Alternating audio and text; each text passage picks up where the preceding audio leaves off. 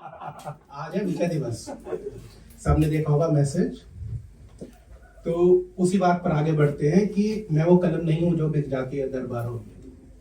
मैं वो कलम नहीं हूं जो बिक जाती है दरबारों में, मैं शब्दों की दीप शिखा हूं अंधियारे चौबारों पे। मैं वाणी का राजदूत हूं, सच पर मिटने वाला हूं, डाकू को डाकू कहने की हिम्मत रखने वाला हूं। मेरी कलम वचन देती है अंधियारों से लड़ने की, राजमहल के राजमुकुट के आगे तन करने की। और उस कवि का मर जाना ही अच्छा है जो खुददार नहीं, देश जले मैं कुछ ना बोलूं, मैं ऐसा गद्दार नहीं। देखो, हर लड़ाई होती है ना, हर लड़ाई के बाद होता है समझौता। आज आप गलत फंस गए हो। तो 1948 में लड़ाई हुई, शिमला समझौता हो गया। क्या हुआ शिमला समझौते पे? मानचित्र पे लकीरें खींच दी, ये हिंदुस्तान ये पाकिस्तान। 65 में लड़ाई हुई, 66 में ताशकंद में समझौता हो गया, 71 में लड़ाई हुई, ढाका में समझौता हो गया। फिर आया 1999, जब दुश्मन ने विश्वासघात का छुरा पीठ में गाड़ दिया, शिमला समझौते में खींचे मानचित्र को फाड़ दिया। बारूदी अंगारे लेकर सीमा रेखा लांघ चुका, कस्मे वादे प्यार मोहब्बत सब खूंटी पर टांग चुका। तो तुम भी उन बातों का निर्णय एक बार हो जाने दो, एक युद्ध सीमा रेखा के आर पार हो जाने दो। मेरे भारत का कोई भी हमलावर इतिहास नहीं, और हमारे पास किसी का मुट्ठी भर आकाश नहीं। जिन्ना ने गांधी जी से जो भी मांगा सम्मान दिया, भारत माता का बंटवारा सहकर पाकिस्तान दिया। नेहरू जी की एक भूल का क्या परिणाम हुआ देखो, सांप गले में पड़ा हुआ है यह अंजाम हुआ देखो।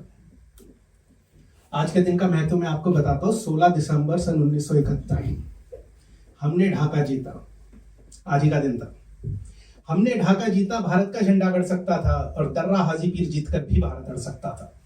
1965 में जब लड़ाई हुई थी तो दर्रा हाजीपीर जगह है जहां से पाकिस्तान से हिंदुस्तान आर्मी आई थी, कि हमने ढाका जीता, भारत का झंडा गड़ सकता था, दर्रा हाजीपीर जीतकर भी भारत अड़ सकता था।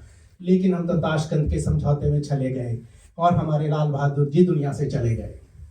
पाक धरा से मिठी जाता मौके टाल दिए हमने, लाखों कैदी भुट्टो की झोली में डाल दिए हमने। और हम परमाणु शक्ति होकर भी लाहौर गए बस में।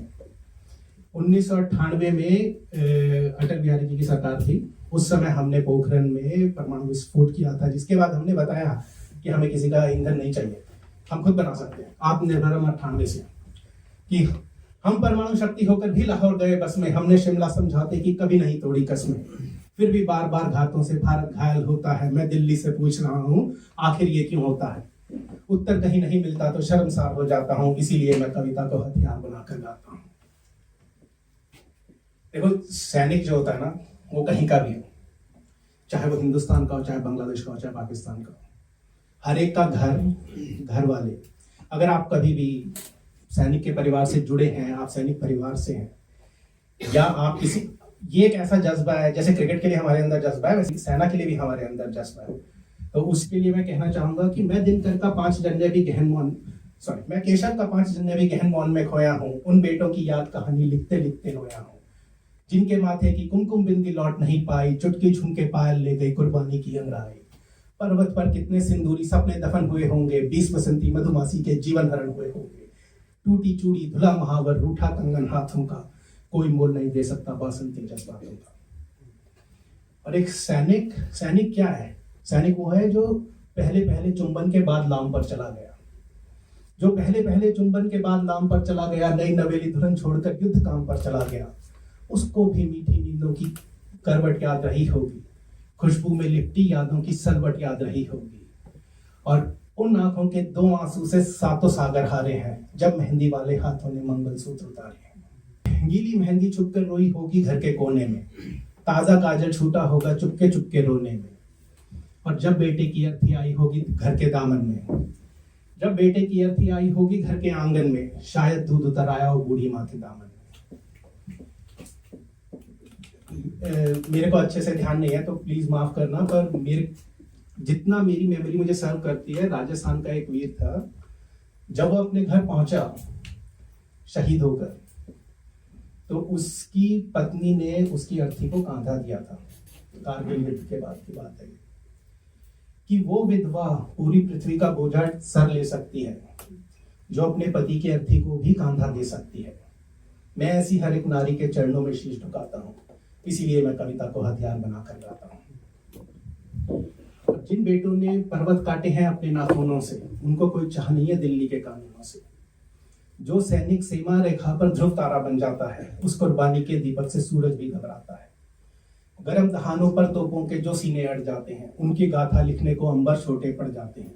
उनको कंधा देने को हिमालय खुद झुक जाता है। कुछ क्षण को सागर की लहरों का गर्जन रुक जाता है। चित्र शहीदों का मंदिर की मूरत जैसा होता है और सैनिक के शव का दर्शन तीरथ जैसा होता है। मैं ये लाइनें थोड़ी चेंज कर रहा हूं क्योंकि अब हिंदुस्तान ऐसा समाज नहीं है। ये था 2014 से पहले। 2014 के बाद हम डिफरेंट है। पहले ये था कि सेना मर मर कर पाती है, दिल्ली यूं ही खो देती है, पर दिल्ली नहीं खोती। अब दिल्ली डिफरेंट है 2014 के बाद। तो मैंने इसीलिए चेंज किया कि सेना मर मर कर पाती थी, दिल्ली यूं ही खो देती थी और शहीदों के लहू को स्याही से धो देती थी। मैं ऐसी कायर राजनीति से बचपन से घबराता था, इसीलिए मैं कविता को हथियार बनाकर गाता था। Thank you.